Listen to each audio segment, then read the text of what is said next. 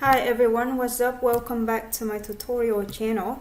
It's Daniela Tran here, and today we are going to work on some more problems that I collected from the IFM exam. In the last video, we worked on some core level problems from section 1-1, the mean and variance analysis. In this video, we're going to step up to the higher level, the advanced and the mastery level, so that we can deal with some more challenging problems that might occur in the exam. This video consists of five problems. So let's get started. Alright, look at problem 1. For two risky assets X and Y, a risk-free asset F, you are given the following information: the current price, the expected return, and the variance of return for assets X, Y, and F. Jack bought 10 units of X, 10 units of Y, and 1 unit of F today. The variance of the return of Jack's portfolio is 1.45%. Kent bought 1 unit of X, 1 unit of Y, and 1 unit of F today. Calculate the variance of the return of Kent's portfolio. This problem looks similar to one of the problems that I posted in the last video. However, in the last video, the problem we have only one portfolio, but here we have two portfolio, and the question is about the variance, not the expected return. Remember one time I mentioned that whenever we work with variance and stimulation, we have to check the correlation coefficient. And here you see that there is nowhere that the question mentioned correlation coefficient.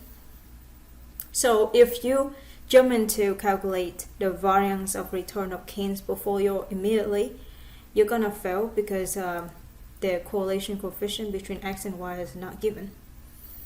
So the first step, we have to find the correlation coefficient between X and Y. And how to find it, we have to look at the other piece of information that is about Jack's portfolio. So Jack's portfolio, he bought 10 units of X, 10 units of Y, 1 unit of F, and is given the variance. So from here, we can for sure find the correlation coefficient between X and Y. Another thing I want you to pay attention here is like for the variance and stimulation, the risk-free asset F doesn't have variance or stimulation because variance and stimulation measure the risk, but F is a risk-free asset, so there's no variance. And of course, because there's no variance associated with F, there's no covariance associated between F and any other risky assets. Alright, so that is just some things that we need to pay attention before we jump into solving this problem. Alright, so first thing first, let's write down the portfolio object solution. I'm going to call P1 is the portfolio object and P2 is the portfolio of Kent. So now just pay attention to P1. Jack bought 10 units of X, and each unit of X has a current price 100, so he invested $1,000 in X. Similar, we got 120 times 10, which is 200, is the amount of money that Jack invested in Y, and he invested 1 unit in F, means $1,000 in F, right? So the total amount of money that he invested in this portfolio is $3,200. So from here, we have to write down the portfolio using weighted mean. The weight here for X is 1,000 over 3,200. For Y is 200 over 3,200. For F is 1,000 over 3,200. Many times, sometimes, people might be option-minded and forgot to divide the sum over 3,200, and it's gonna end up having the wrong answer. But you have to pay attention here. Make sure the coefficient of all of these assets together add up to be 1. Make sure the sum of all the coefficient is 1. Alright, so now we are going to apply the formulas of variance in order to find variance of P1. we need to write out the formula of variance because variance is given, so we need the formula to find out the missing information. And here again, f doesn't have variance, and between x and f or y and f, we don't have any covariance. Alright, so variance of Jack portfolio. Variance of P1 is 1,000 square times var of x plus 200 square times var of y times 2 times 1,000 times 200 times the innovation of x times the innovation of y times rho of xy. Here there's no need to mention f because f is a risk-free asset, so there's no variance, there's no innovation, and there's no correlation coefficient either. Don't forget to square the coefficient at the denominator, which is 3200 square. Alright, so here we have the formula that make connection between var of P1 and the other information. Here var of x is given at 0.03, var of y is given as 7% or 0.07. Sigma of x is just square root of the variance of x. Sigma of y is just the square root of variance of y. So all of these are given except rho xy, which is the correlation coefficient between x and y. So here let's substitute all the numbers in, and then we withdraw rho of xy. Here I multiply both sides by 3200 square because I need more space. I don't want to make the solution look too long. So here variance of P1 in the red color become 0.0145 because it's given as 1.45%. I times 3200 square. On the right hand side I have the purple color I bring down here and just replace var of x by 0.03, var of y with 0.07, sigma of x square root 0.03, sigma of y is square root 0.07, and we got rho of xy here. And from here we withdraw rho of xy. This is the correlation coefficient between x and y. This is a very simple problem. It's just like a simple linear equation of one variable. See, it's very easy. So from here, just use your calculator. We find out that rho of xy is 0.16, and now we have the correlation coefficient. The problem became really simple. So now we are going to look at Kent's portfolio. So let's write out the portfolio of Kent. I call P2 is the portfolio of Kent. Kent bought 1 unit of X, so he invested $100 in X. 1 unit Y means he invested $120 in Y. 1 unit of F, so he invested $1,000 in F. Alright, and now let's calculate the variance. So variance of P2 is equal to 1 over,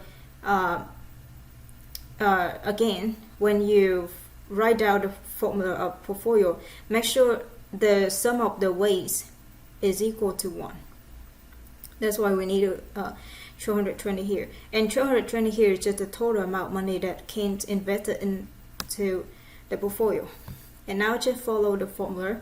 We got 1 over 220 square times with 100 square times with 0.03 is the variance of x, 0.07 is the variance of y, and we got this is the innovation of x, the innovation of y, and the coefficient we just found out here, 0.16, and it should do the math stuff. This is very easy, and we got 0.001. Actually, this is a rounded number. It should be 0.0009 something, and round up to be 0.001, which is 0.1%. This is the variance. Another thing I want you to pay attention is read the question carefully to see whether the question asks you for variance or innovation. If the question asks you for the innovation, you have to take the square root of the variance. Okay? On the exam, it's gonna be multiple choice, so nobody care how far you work on the problem. Nobody care how much percentage you have done in the problem. If you got wrong answer, it's cross out. So you have to read the question very, very carefully. Now problem 2. For 2 risky assets X and Y and a risk-free asset F, you are given this information. And the correlation coefficient between X and Y is negative 0.15. Adam bought 10 units of X, 10 units of Y, and 1 unit of F today. Determine the innovation of the return of the portfolio. This is a very simple problem, right? It's even simpler than the third problem. All right, just first thing first, write out the formula for the portfolio. P here is equal to 1000x plus 1200y plus 1000f over 3200, because Adam invested $1,000 in X, $1,200 in Y, $1,000 in F, and the total amount of money that he invested in this portfolio is 3,200. Check again, make sure the sum of the weights is equal to 1, and it is indeed 1. Now, in order to find standard deviation, we have to first find variance, and then take the square root of the variance to find the standard deviation. Alright, variance of P is equal to 1 over 3,200 square, 1,000 square times 0.03 plus 200 square times 0.07 plus 2 times 1,000 times 200 times square root of 0.07 times 0.07 in the square root, and times negative 0.15, which is the correlation coefficient. And then just use calculator, we find out the number is 0.0112 for variance. But do not stop here, because the question asks for the standard deviation, not the variance. And another terminology for standard deviation is just volatility. So make sure you are used to the terminology and the notation. Alright, so in order to find standard deviation, we should have to take square root of variance. So here I use sigma p, which is the standard deviation of the portfolio. Take the square root of the variance, we got 10.6%. It's very straightforward. Alright, this problem is easy. Actually, the third problem was from mastery level, and problem 2 is from advanced level. Compared to the last video, these problems are higher levels, because in general, expected mean is easy, because we don't have to take care of correlation coefficient, covariance and stuff. So expected return, the mean is easier. This video, basically we focus on standard deviation and variance and correlation coefficient. Alright, that's problem 2. Now let's look at problem 3. This is a more challenging problems. 10 stocks each have a return with variance 100. The returns all have a correlation of 0.5. With the other returns, what is the variance of the returns of all equally weighted portfolio? So this portfolio, we have 10 stocks, like 10 variables, right? So, and the question asks for variance, not the mean of return. If the question asks for the mean of return, the problem is super easy. But here the question asks for the variance. And the thing that makes this problem more challenging is these stocks are not independent, and there is the correlation coefficient between them. Alright? So, first thing first, let's write out the formula for the portfolio. Here, I'm going to call SI is the stocks number I. So we have 10 stocks, right? We got S1, S2 to S10. The portfolio here is the weighted mean. So basically we just have to take the average because they have equal weight. So it's become 1 over 10 times summation of XI, I from 1 to 10. Just take the average because they have equal weight. Alright, so now we have to write down the formula of the variance of this returns of the portfolio. So we got variance of P is equal to, remember for the coefficient we have to square the coefficient. So we got 1 over 10 squared. Now for the variance here, we got first we have the sum of the variance of the 10 stocks. That's why I have summation I from 1 to 10 of variance of SI. Now do not forget that this portfolio has 10 stocks which are not independent. So we have to take care of the covariance. And the covariance here is just the,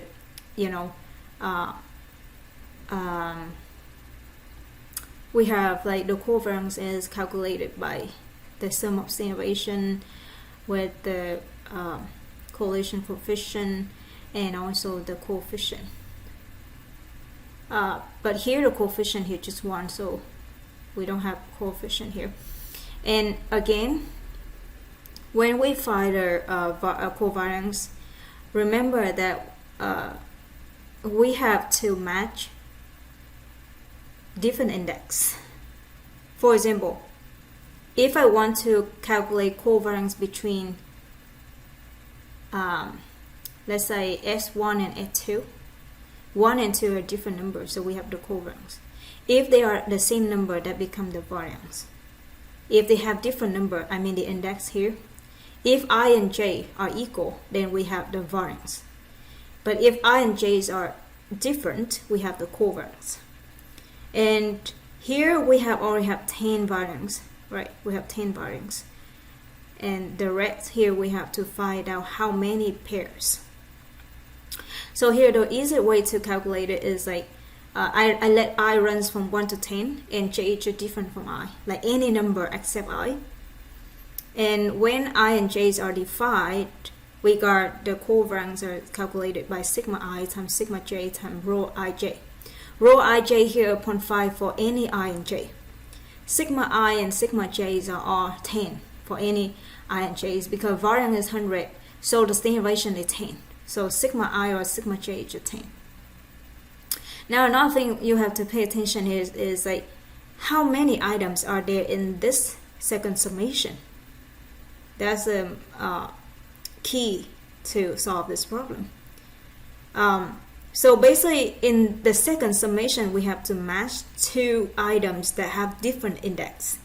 So let's start with number 1. When I is 1, let's take an example. When I is 1, we have 9 remaining stocks. So we have 9 pairs, because 1 cannot be matched with 1. 1 can be matched with any number in the rest 9 numbers. So we have 9. And similar for if I equal to 2, we also can match 2 with the remaining 9 numbers. So each number of I can be matched with 9 numbers. And here we have 10 number of I, so it's going to be 90. Here like 1, 2, and 2, 1 are different. We don't count them the same. So we got 90 numbers. Another way to look at this is like 2 times 45. You know, we have many different ways to figure out how many items are in here. So let's take a look again. The first summation there are 10 items, and the second summation there is 90 items, and of course its items are equal. So now let's just find out the answer. We got 1 over 100, which is from 1 over 10 squared. Now for the third term, summation of variance of SI, the variance of SI here is equal to 100 for any I. So we're going to have summation from 1 to 10 of 100. So it should be 10 times 100, which is 1000. So 10 times 100 is the first summation. Now for the second summation, we have 90 items. So we got 90 times what sigma of I is square root of 100.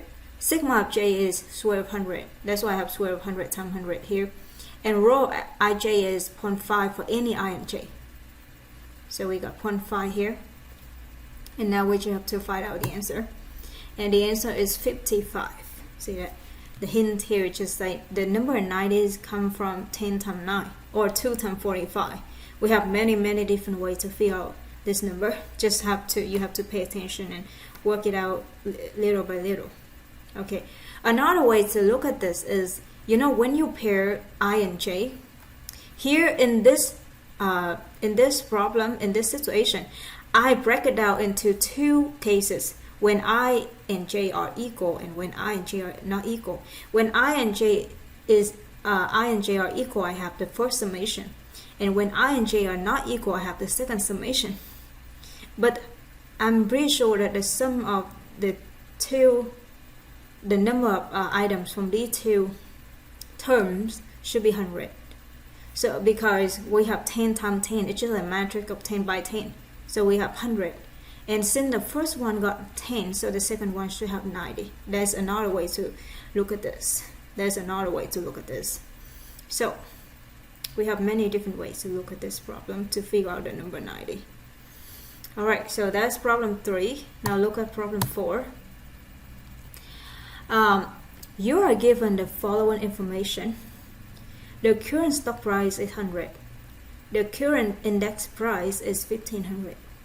You invest 5,000 in a stock and 5,000 in some assets that replicate the payoff of the index. Calculate the standardization of return of your portfolio. Here we got a table of we got economy can turn bad or good depending on the situation, with the probabilities are 0.4 and 0.6 respectively. The stock price in 1 year under bad circumstance is 85, under good circumstance is 175, and the index price in 1 year can be either 1200 or 2250 depending on the situation, whether it's bad or good. See that? So the question asks for the standardization of return of the portfolio. So if you look at this problem, you're gonna see this is a two-way problem. Why do I mean that it's two-way? Because we have two situations, bad and good, and we have two types of assets, the stock and the index. So it's 2 by 2. So you can either look at this problem vertically or horizontally. There are two different ways to work on this problem. For me, I'm gonna work on the stock first and the index, and then combine them later. So it's basically I'm working horizontally. But sometimes you also can work it vertically, means you can work on the bad situation first and the good situation, and then combine them. I repeat, you can either work on the stock price first and then the index, then combine. This is a horizontal way. Or you can work on the bad situation first and then the good situation and then combine. Here I'm going to work stock and index separately. Alright. So if I look at the stock, I have to first find out the mean, ES. I call S is the stock and I is the index. Here under the bad circumstance, the stock price changed from 100 to 85. So the rate of return is 85 over 100 subtract 1, and the probability is 0.4. Under the good circumstance, the stock price changed from 100 to 175. So the return is 175 over 100 subtract 1 with a probability 0.6. And from here we find out ES is 0.39. And we have to find variance of S as well. Like for each of these stock and index, you have to find out the mean and the variance. And for the stock, in order to find the variance, here we are not given the standardization or the variance, so we have to go and calculate it. And we have to use ES squared in order to find variance of S, because variance of S is ES squared minus ES whole square from basic statistics courses or probability courses. Alright, ES square here, basically each of these parentheses you have to square before you time probability. And I find out that ES square is 0.3465. And from here I find the variance of S by 0.3465 subtract 0.39 square, which is 0.1944. That is so I have the mean and the variance of the stock. Now similar for the index, I find the mean is 0.22 and the variance is 0.1176. Just do the same calculation. Alright, so I have the mean and the variance. So remember, this portfolio consists of the stock and the index. So in order to find the standardization of the stock and of the portfolio, we have to have the standardization of the stock, the standardization of the index, and the correlation coefficient between them, or the covariance. Here in this situation, I'm not going to find correlation coefficient, but I'm going to find covariance. So we have to find the covariance between S and I, right? And in order to find the covariance between S and I, we need EIS. Subtract ES times EI. ES and EI are given. Actually not given, which is found out from the last task, right? Now we have to find EIS. You see, that's why the line in front of this line I have EIS. EIS here is under the bad circumstance. We got 0.4 is the probability.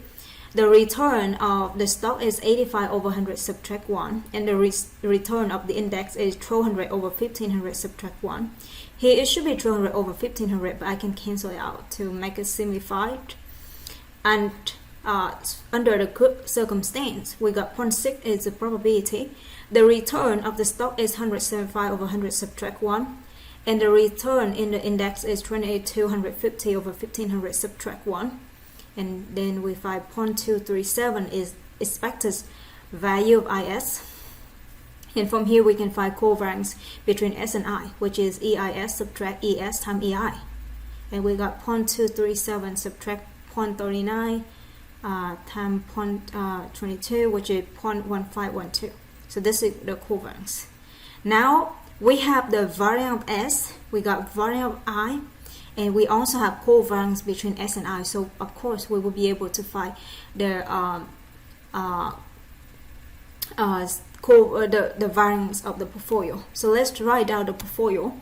The portfolio here consists of 5,000 in stock and 5,000 in index. So we got 5,000 S plus 5,000 I over 10,000, which is the total amount of money that we invested in. And it's just basically S plus I half, the average between S and I, because the weights are equal. Now the variance of P is 1/2 square, which is 1/4. Variance of S is 0.1944. Variance of I is 0.1176. And 2 times covariance between them. So plus 2 times 0.1512. And the answer for the variance is 0.1536. But this is not the final answer yet, because the question asks for the standard deviation, not the variance. So we have to take the square root. And we got sigma P, here is the standard deviation of the portfolio. And we got 0.3919, which is 39%. See that? So this is problem 4. This problem is quite challenging because you have to look at the two-way problems. As I said at the beginning of this problem, that there are two ways to work on this problem. You can work on stock and index separately and then combine in the portfolio. Or you can work on the bad situation first and good situation and then combine. So just figure out by yourself. Problem 5. You are given the following information about a portfolio with 4 assets. Calculate the standard deviation of the portfolio return.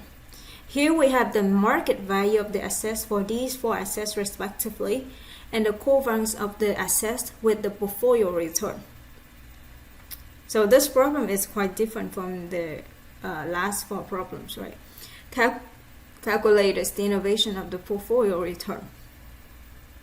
Here in this problem, the variance or the standard deviation of its assets is not given. And we are given the covariance. So we have to build up a formula that makes connection between the variance of the portfolio and the covariance of each of these assets with the portfolio. And that is this formula. Variance of P, variance of the portfolio return, is equal to summation I from 1 to 4, because there's a 4 assets. WI here is the weight of its assets, and time covariance between the assets and the portfolio. So how to find the weight? Here we have 40,000 in asset 1, 20,000 in asset 2, 10,000 in asset 3, and 30,000 in asset 4. Total is 100,000. So the weight for the first asset is 40,000 over 100,000, which is 0.4. Similar, the weight for asset 2 is 0.2, the weight for asset 3 is 0.1, and the weight for asset 4 is 0.3. So we got 0.4 times what is covariance, which is 0.15, plus 0.2 times negative 0.1, plus 0.1 times 0.2, plus 0.3 times negative 0.05, which is, and add them together, we got 0.045, which is 4.5%. But again, read the question carefully. The question asks for the standard deviation, not the variance. So we have to do the last step, taking the square root. So we got standard deviation here, sigma is equal to square root 0.045, which is 21.21%. That is the standard deviation. All right. So probably any problem in the exam must be similar to these problems. Okay, just change the number, change situation, change the number assessed, change the portfolio structures, but the problem should be really similar. So if you really understand how to work on these problems, you can use your common sense to work on any problems. All right. That's it for today. Thanks so much for watching. I hope you guys enjoyed my video. If you like this video, please give me a like, a share, and subscribe. Thank you so much. See you next time.